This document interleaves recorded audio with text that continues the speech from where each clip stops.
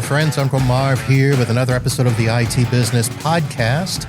And we are recording here at the end of July, doing a final lap of all of the contestants that will be participating in this year's Pitch It for 2025. Of course, you all know that they are vying to try to get themselves $70,000 in that first place prize. But before that, they have to be one of the final three that get to pitch at IT Nation Connect in Orlando this November. Today, I have a familiar name, but in a new place. I have Gregg Lalle, who is now the president over at a company called Synthreo. Gregg, welcome back to the show. Yeah, thanks, Uncle Marv. Good to be back. All right. Let me get this awkward question out of the way. I'm sure you've answered it in some form or fashion over the last several months, but a year ago when we chatted, you were president at IT Nation. You had taken over that role in February of 24, February of 25. You left that. So the question is, what made you leave and then decide to come back and be a part of the Pitch It program trying to get money from ConnectWise and IT Nation? Well, the simple answer is I know where the money's buried, right? So no, I had a great 15 years at ConnectWise and a lot of friendships through the channel, a lot of colleagues, some amazing years. But when I look ahead and see kind of the landscape over the next 3 to 5 to 10 years, kind of what I like to think of as my final chapter, maybe at 55, maybe my last kind of go and work and effort. I see this wave of kind of AI coming and really want to be helpful in putting a stake in the ground and helping MSPs navigate this kind of transcending technology shift that's going on right now. All right. Did you have a huge interest in AI before this came along? Yeah, for somebody, I would not say I was a big technologist. I wasn't born and bred like a programmer or in technology, where a lot of the MSP owners have the technology background. But what I see intriguing about it is it's somebody like myself that can be non-technical, can now start to use these tools to develop and grow and build things exponentially that you could only dream of before. So there's such an energy and enthusiasm that I see that I think that I'm trying to kind of bring to it. But also then, as we know with MSPs, you've got to temper it with GRC, with your governance, your risk management, and your compliance. So it has to be done responsibly. So I see this kind of, this dichotomy of going on right now, but the opportunity is unbelievable. I think we all agree the opportunity has been unbelievable. It's trying to grab that opportunity, I think, is what everybody's wrestling with now. Right. Well, when you speak about grabbing the opportunity, first of all, we have to understand what the opportunity is and balance the idea of using it for our own businesses, while at the same time trying to guide our customers and how they should use it. So let me start there before we get into your product. Where do you see that balance at right now at this point in time? Well, I see from a vendor landscape perspective, I see a lot of vendors that are on the AI ops side, as I call them, right? It's how can I build a better service desk? How can I reduce my time to tickets? How can I help reduce my risk in my cybersecurity practice by using AI? So tools that are being used either by line of businesses or other companies that are coming out and developing those such products, i.e., Thread's a great example, right? Wonderful company that does, service desk automation. While the tool sets that we have, a builder that we have can build automations in that arena, we really focus on that second part that you hinted on, which is how the heck am I going to bring this to my customers? And when they're looking through a different lens of what's important to them, they don't care about a service desk. They don't care about AI optimization in their security practice. They want to know how they can get more customers. They want to know how they can be more efficient, how they can grow their market. And use AI to grow their business or to help with their efficiencies inside their business. So a little bit of different lens to look through. Right.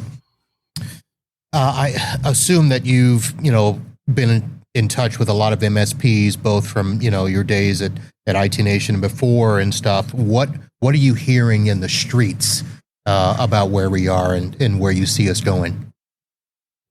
Well, I think probably you hear the same things. I think there's a lot of people trying to read the roadmap. As technologists, I think people want to be really sure about the things that they're talking about, and they want to have to be 100% in the know. And the reality is, I keep telling everybody I talk to, if someone told you they knew what was going to happen 6 months from now, they're a liar, right? There's directional signs that we can kind of say we think it's going in this direction, but nobody really knows, and that's the angst I think that people are carrying. So I think you have to have a little bit of faith to step forward in the general direction, knowing that the use of AI is not going to go backwards at this point in time. When the cat's kind of out of the bag, and we're off and running, and so we've got to figure out again, how can we harness it? How can we start developing use cases internally, externally, whatever it is, to make sense of the tools that are out there? And how do you find partners to help you navigate that? Doing it alone is just, in my mind, isn't an option as an MSP, even with your staff and your colleagues. There's just too much out there coming at you too fast to think that you're going to be able to grab it all. Right. So let's take what you've already mentioned and the fact that we've used, technically a lot of stuff for automation only.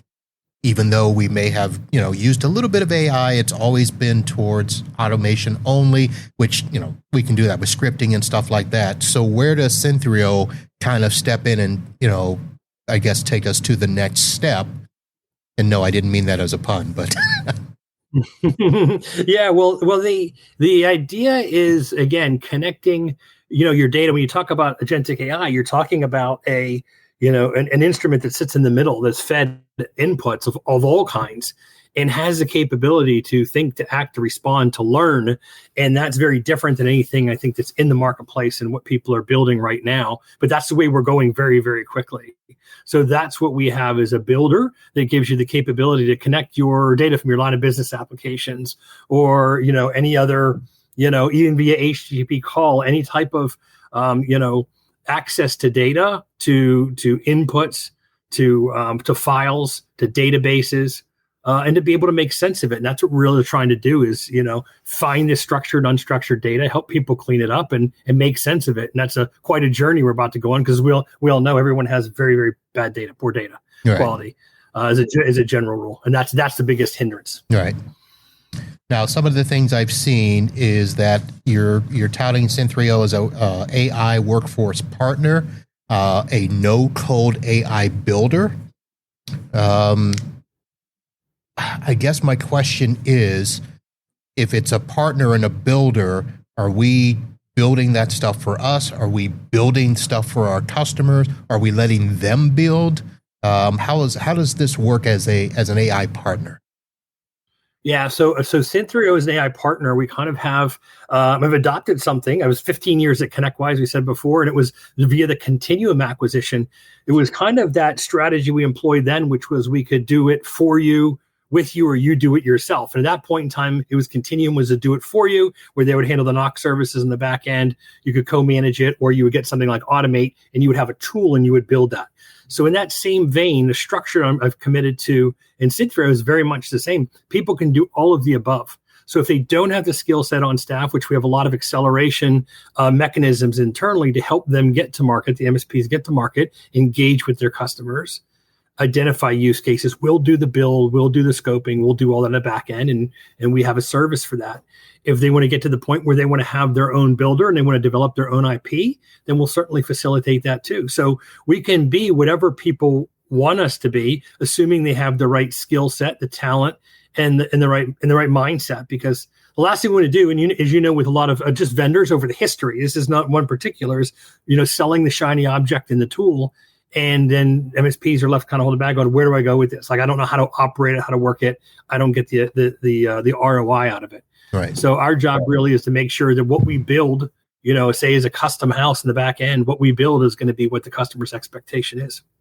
Well, I think that's always the tipping point, right? We know that we can kind of build AI agents or bots for us and our automation, our repetitive tasks. We can kind of build those flows, as tickets come in, as calls come in and stuff. But we always struggle with, okay, how do we give this to a customer? Because their needs are completely different than ours. And how much of a consulting agent do we have to be in helping them develop AI for their business?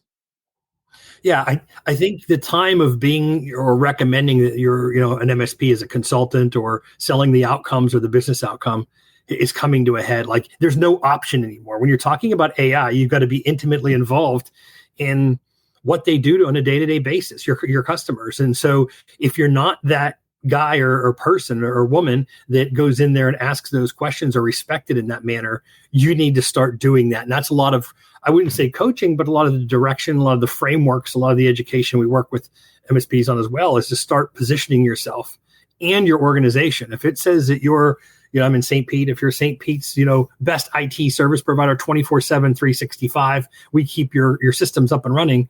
That's kind of outdated as far as, what your messaging is. And so you really got to get to, you are a consultant that helps their business and you highly leverage technology. You have to start flipping that brand, that image when you speak to people, that you're there and you're interested about their business, not selling them or positioning a technology service. Right. Are you using the term managed intelligence provider? We are. We saw PAX 8's report, and I guess there's nothing. If that's kind of what the industry is kind of coined and going with, we'll use it. I think if something else comes up, it's certainly serviceable, and it has a definition to it, which is good. I know they did a good job. I talked to their education team the other day, and I think the levels that they defined in their white paper with chatbots, assistants, workflows, and then digital workers, like we do all four. So when we look at that white paper and say, what does Synthreo do? We have the capability to deliver all four. And we do so with a consultancy and a practice to help MSPs get their arms around it, speak to their customers, scope it out, and deliver it. So again, it's not just going, we do it, here's a tool, go build it. Right. So you've got two, I guess, products you would call them right now. You've got the Synthreo AI and the Synthreo Builder. Can you run through those for us real quick and how an MSP would use both of those? Yeah, I mean, there's the Synthreo AI is really a GP-like interface that is not restricted by large language models. So it looks very much like GPT, and it's done so intentionally from an ease of use. So it gives you the functionality of being able to do your prompts, your My GPTs. You can create your own save. It has memory. You can do webhooks. You can pull information in and create really kind of robust GPTs. But the magic is that it's the delivery agent for the actual builder. So when you create these unique agents, it actually resides on that same portal interface. So not only does it have a GPT-like functionality to it, but then it also has the agent delivery. So you can kind of get the best of both worlds, where you're getting, like I said, GPT-like, and it's not feature for feature, but that type of capability, along with then again being able to deploy a digital worker, which is the ultimate goal, should be for every MSP. Right. You've got pricing very clearly on the website there, from the team tier, the business tier, and then AI agents only. What does that mean?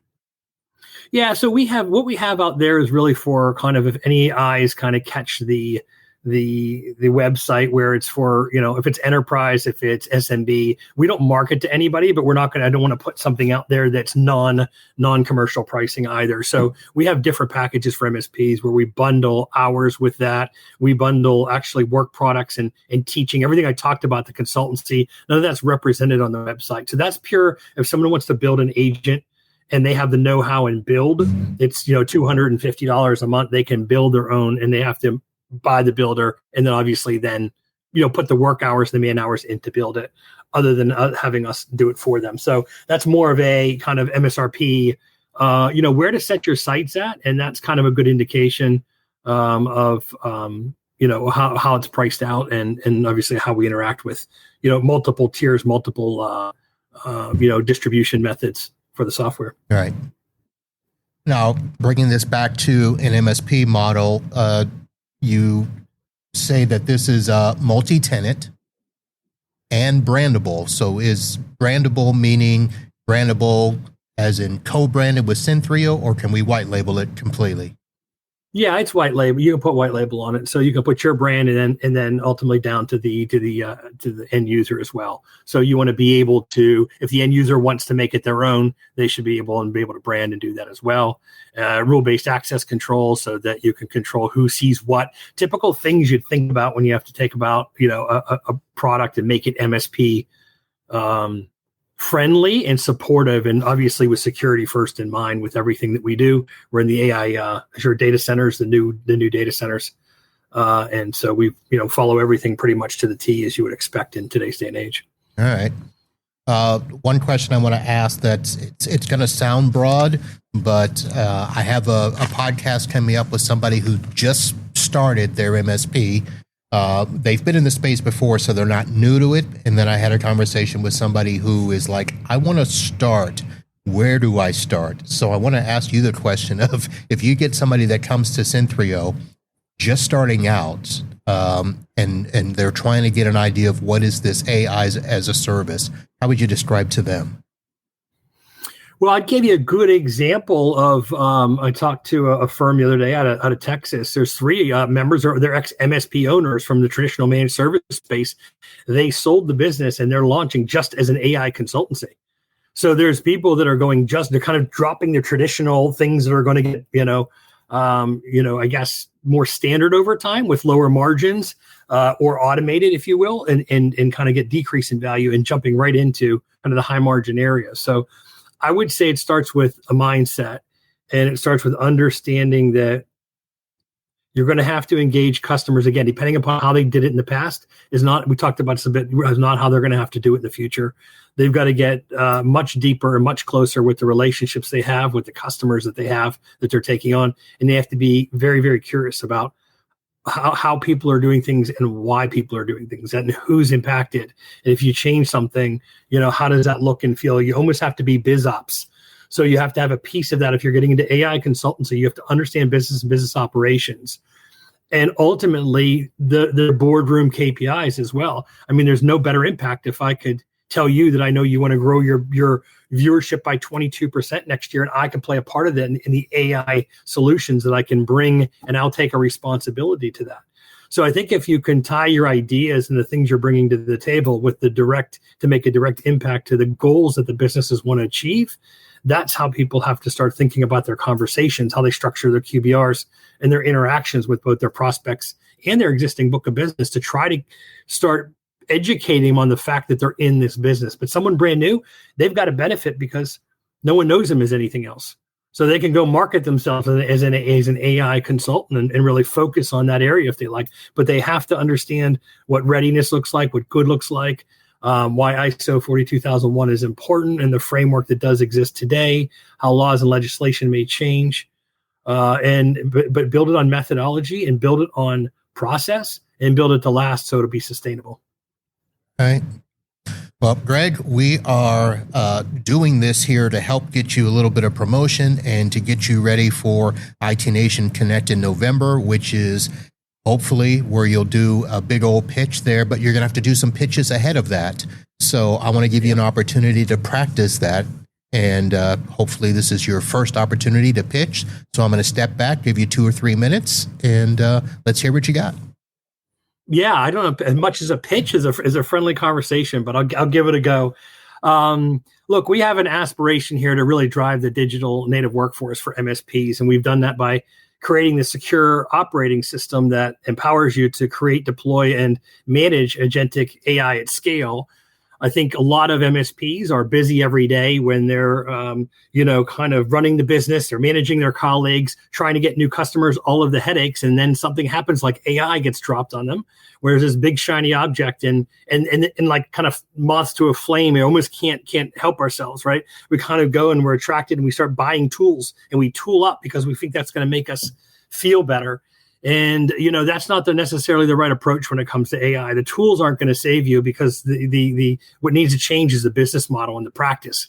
And we see it all around us. We see with the investments in the cloud platforms, in the large language models and the billions of dollars that are going into the infrastructure. We see it in power plants. We see it in driverless cars. So AI is all around us. And there's a sensation that we're kind of falling behind as MSPs. We're getting cut out of the value chain.